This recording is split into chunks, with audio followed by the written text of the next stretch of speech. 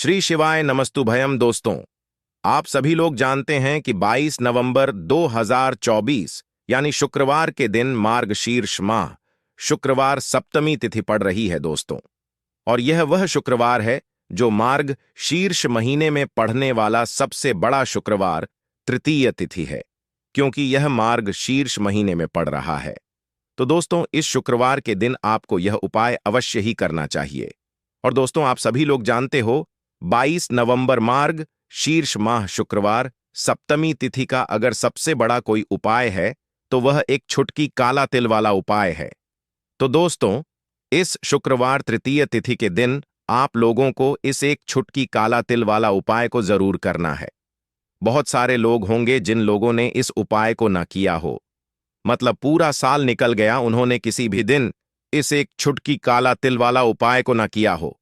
पर दोस्तों, आपके पास एक आखिरी मौका बचा हुआ है जो कि 22 नवंबर के दिन है। तो इस दिन आप लोगों को इस वाले उपाय को जरूर कर लेना है। भले ही आपने पूरे साल भर इस उपाय को ना किया हो, पर अगर आपने इस मार्ग शीर्ष महीने की शुक्रवार तृतीय तिथि के दिन अगर इस वाले उपाय को कर लिया तो आपको इस उपाय को करने का वह फल मिलेगा जिसकी आपने कभी कल्पना भी नहीं करी होगी। इसीलिए आप लोग इस वाले उपाय को एक बार जरूर कर लेना, ताकि आप लोगों के हाथ से यह मौका ना जा सके और आपको इस उपाय को करने का फल मिल सके। दोस्तों, यह उपाय पंडित जी ने अपने नी अभी की ही शिव महापुराण की कथा में बताया है, जिस उपाय को आज हम आपको बहुत अच्छे से समझाने वाले हैं। इस वीडियो को देखने के बाद इस उपाय को समझने के लिए आपको कोई और वीडियो को देखने की जरूरत नहीं पड़ेगी। तो चलिए दोस्तों, उपाय को शुरू करते हैं। देखिए, यह इस मार्ग शीर्ष महीने के शुक्रवार तृतीय तिथि के दिन यह इतना खास होता है, इतना महत्वपूर्ण होता है। देख गया है कभी कभी बड़े बड़े पूजा पाठ अनुष्ठान से जो मनों का न पूर्ण नहीं होते, वह मार्ग शीर्ष महीने के दिन एक छोटे से उपाय करने से ही आपकी मनोकामना पूर्ण हो जाती है। और बहुत सारे लोगों ने इस उपाय को किया भी है और उनको इस उपाय को करने का फल भी जरूर मिला है। अगर आप लोग भी इस उपाय को करना चाहते हैं तो आप इस उपाय को पहले अच्छे से समझ लेना, सुन लेना, उसके बाद करना। आपको इस उपाय का फल जरूर मिलेगा। और इस उपाय को कर लेने से आपके घर में चाहे किसी भी प्रकार की दुख और समस्या क्यों ना चल रही हो, आपको उसका कारण भी नहीं पता है कि भाई यह समस्या किस कारण से चल रही है। उसका कुछ भी कारण हो सकता है, जैसे पितृदोष हो सकता है या किसी भी तरह का मंगल दोष भी हो सकता है। तो इस दिन आप लोगों को एक छुटकी काला तिल वाला उपाय कर लेना है।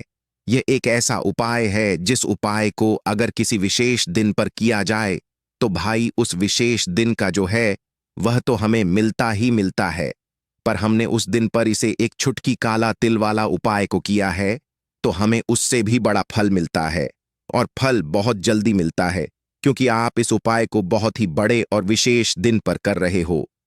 तो चलिए अब उपाय के बारे में बात करते हैं, लेकिन उससे पहले आप लोगों को यह जानना आवश्यक है कि आखिर यह उपाय किस समय करना है, किसको करना है और कैसे करना है। तो चलिए हम आगे आपको वीडियो में एक एक करके बता देते हैं।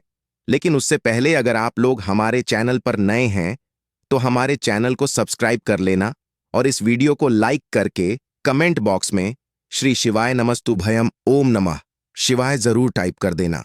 तो दोस्तों, इस एक छुटकी काला तिल वाला उपाय को हमें इस शुक्रवार तृतीय तिथि के दिन कैसे करना है, किसको करना है, किस समय करना है और कहां पर करना है, ये सारे सवालों के जवाब आपको इस वीडियो में मिल जाएंगे। और जो ये वीडियो देखेगा भाई, उसको एक छुटकी काला तिल वाला उपाय जरूर करना चाहिए, क्योंकि इस दिन काला तिल का भी बहुत ही बड़ा और विशेष महत्व होता है। और जब बात आ जाए एक छुटकी काला तिल वाला उपाय की, तो यह सोने पर सुहागा वाली बात हो जाती है और यह एक बहुत ही बड़ा उपाय हो जाता है इस शुक्रवार तृतीय तिथि का।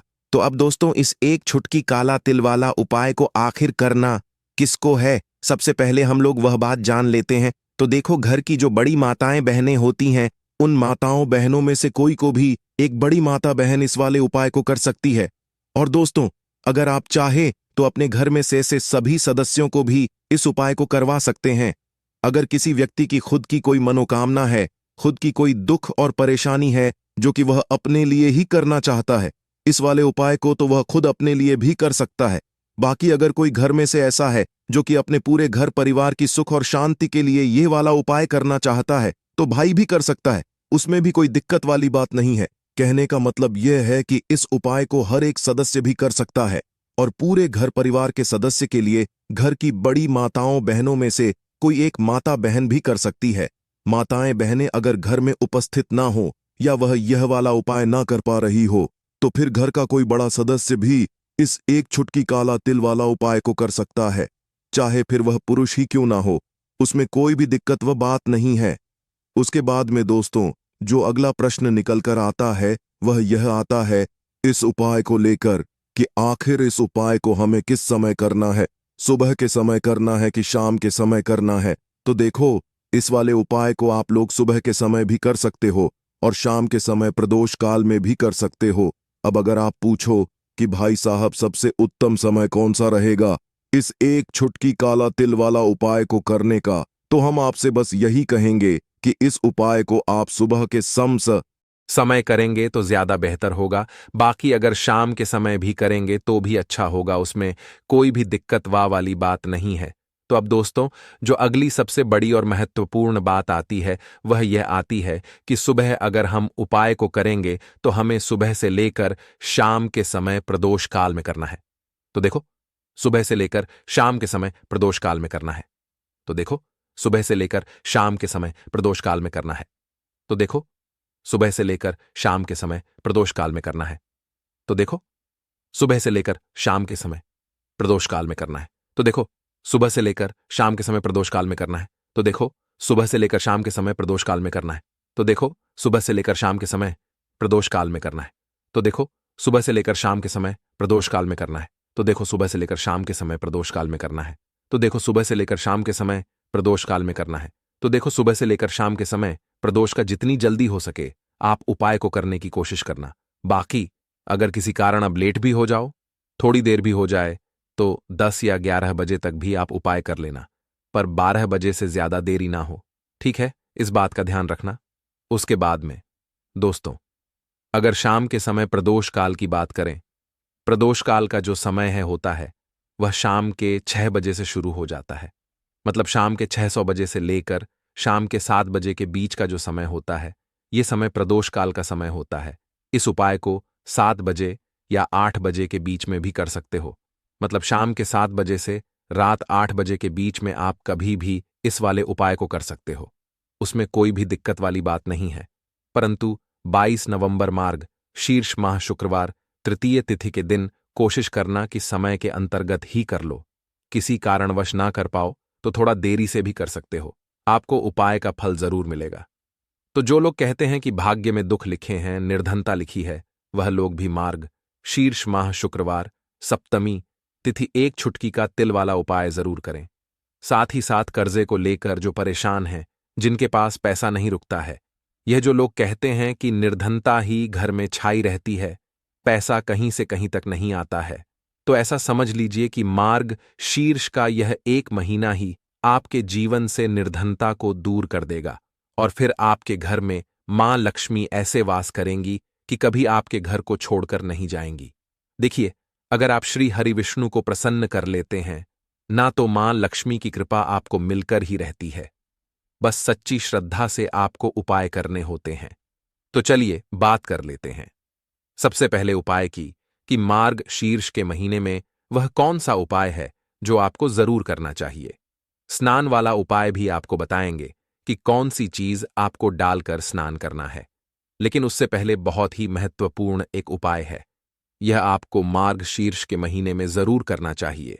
अब क्यों करना चाहिए यह भी समझ लीजिए। तो देखिए, मार्ग शीर्ष का महीना श्री हरि विष्णु की पूजा के लिए यह सबसे उत्तम है। मार्ग शीर्ष का महीना ही है जिसमें हम धन की देवी मां लक्ष्मी का पूजन करते हैं। दीपावली पर मार्ग शीर्ष के महीने में ही धनतेरस, छोटी दीपावली सारे तीज त्योहार मनाए जाते हैं क्योंकि मार्ग शीर्ष का महीना ही होता है जब धरती पर देवी देवता आते हैं और अपने भक्त की मनोकामनाएं को पूरा करते हैं, उनके घर को धन धान्य से भरते हैं। तो आपको मार्ग शीर्ष के महीने में सबसे पहले तो ये छोटा सा उपाय करना है। देखिए, आपको मार्ग शीर्ष के महीने में विशेषकर मां लक्ष्मी का पूजन जरूर करना है। अब कैसे करना है 2 फूल वाली लौंग आपको लेनी है, एक कपूर लेना है और यह अपने घर के मंदिर में आपको जलाना है माता लक्ष्मी के सामने। ठीक है ना? किस समय? शाम के समय में। क्यों शाम का समय? मान लक्ष्मी की पूजन के लिए सबसे उत्तम होता है और मां लक्ष्मी शाम के समय ही भ्रमण पर निकलती है। तो जब आप इस उपाय को मार्गशीर्ष के महीने में करेंगे तो मां लक्ष्मी की विशेष कृपा आपको मिलेगी और कभी धन संपदा आपके घर में कम नहीं पड़ेगी। बहुत ही श्रेष्ठ और बहुत ही उत्तम उपाय है मार्गशीर्ष के महीने का। चलिए बात कर लेते हैं। अब अपने दूसरे उपाय की जल में वह कौन सी चीज डालकर आपको स्नान करना है कि भाग्य चमक जाए।